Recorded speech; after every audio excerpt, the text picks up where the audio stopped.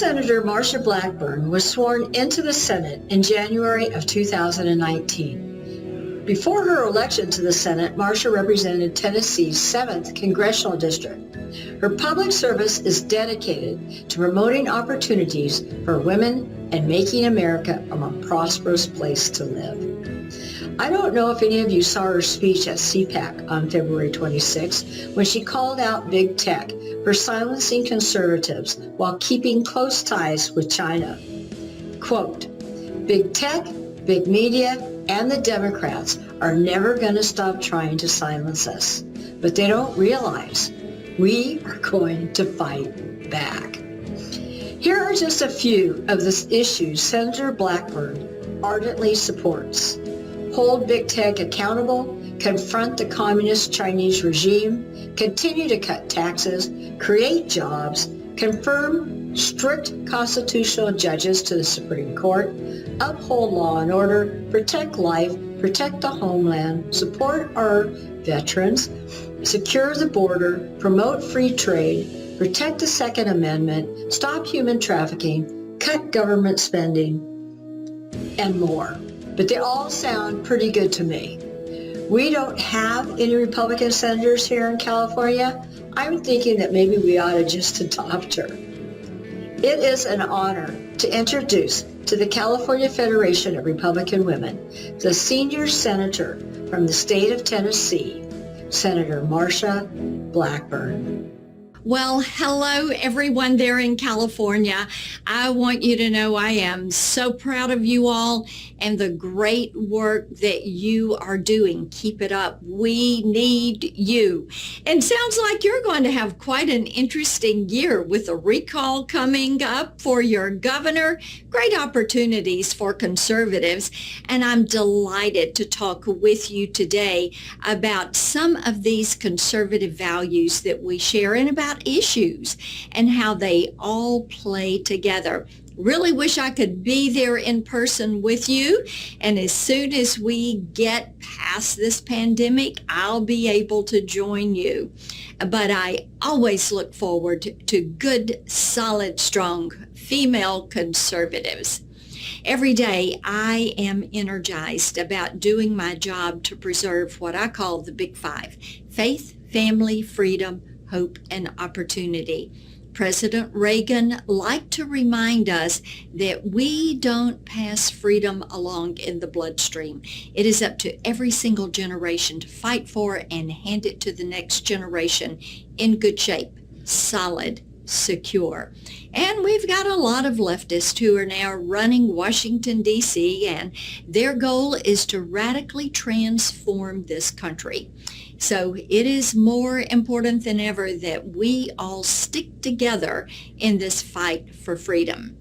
Joe Biden and the Democrats are actively working to undo and erase everything that President Trump, his administration, and Republican control of the House and Senate worked so hard to get things done, to build that wall, to confirm strict constitutionalist judges, to hold China accountable, to stand firm with our ally Israel, and a lot of other good stuff that we got done over the 4 years.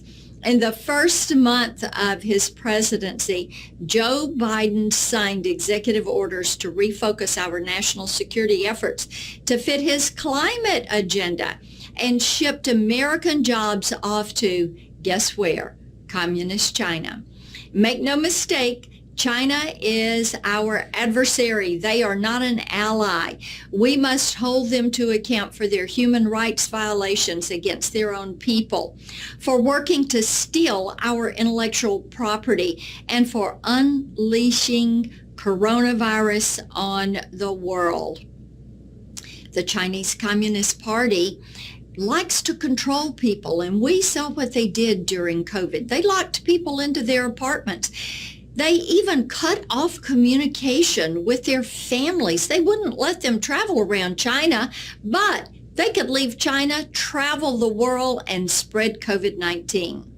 And look at the human rights violations that you see coming from China.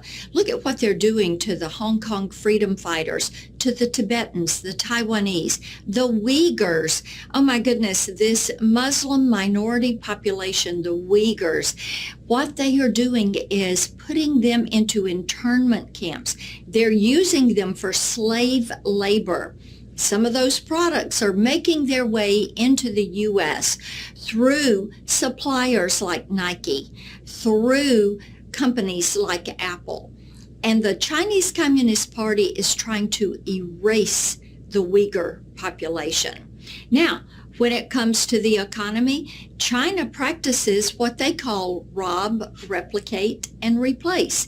They will steal your intellectual property, they will replicate your product, and then they replace you in the marketplace, taking with it your company and getting rid of American jobs. They're also trying to steal the minds of our children and our college students with these Confucius Institutes and Confucius classrooms.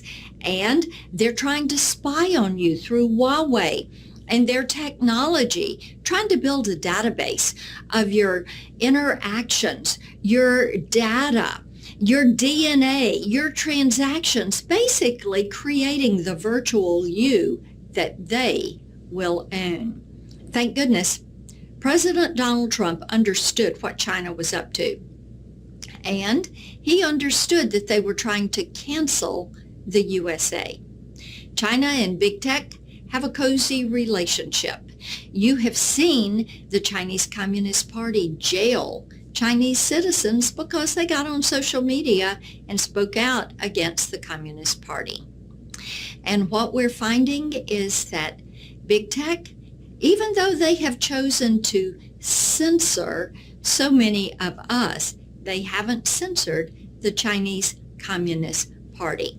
It is fair to say that big tech is aiding and abetting the Communist Chinese in their push for global dominance.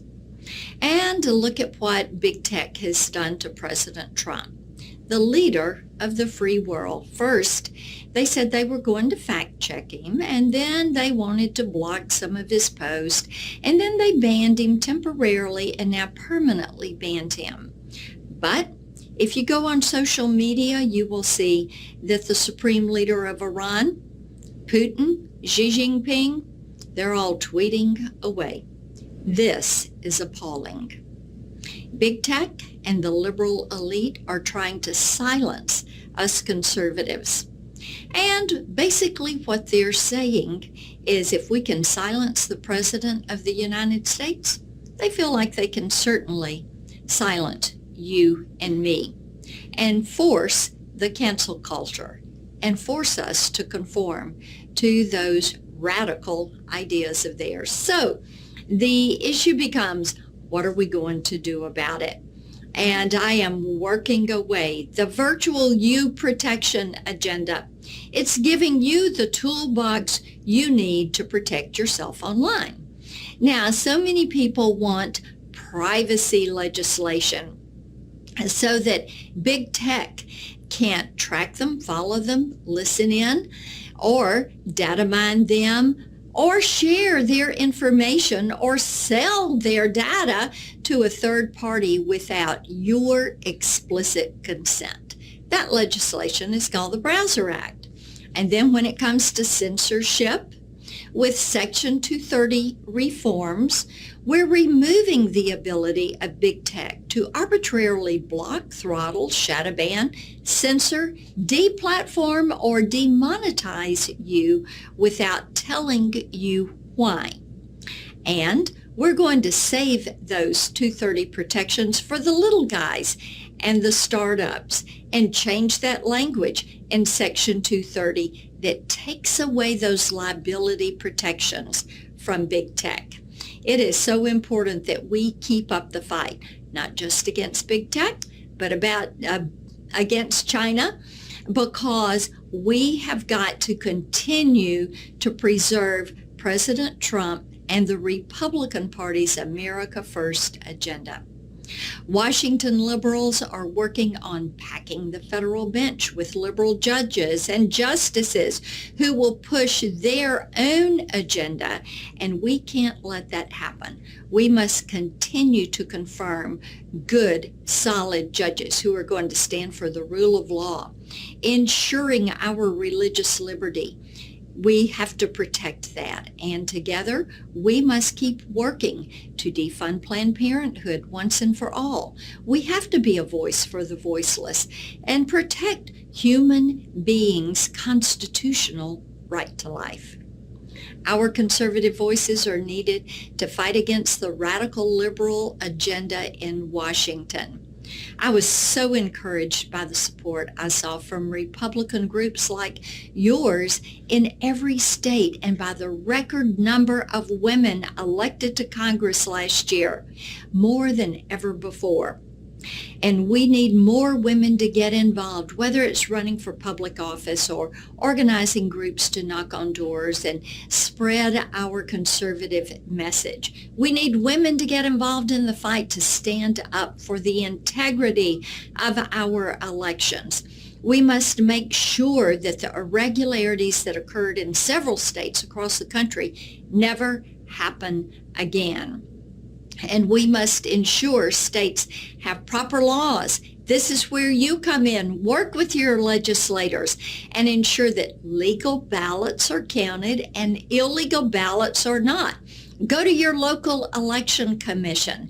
Make certain that you all are checking those voter rolls and that they are up to date. And I am so pleased to hear your group is the largest federation of Republican women's groups in the nation with 11,000 members. Think of what you can do with getting people registered to vote and getting these voter rolls in shape. And you can take those values all the way up and down the West Coast. So please continue to stay involved and use your voice to fight for freedom and for what's right. It's also encouraging that you all are listening to my podcast, Freedom Rings. So to those of you that are listening to the podcast, thank you. It's going to give you an inside look of what some of the nation's top freedom fighters, like Governor Kristi Noem and others, are doing to further our conservative principles. So stand up with me for that First Amendment.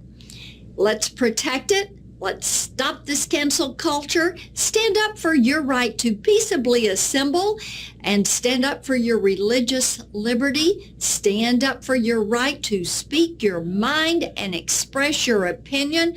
Don't let the left take it away. Let's all stand up for freedom. And I've got to tell you, thank you.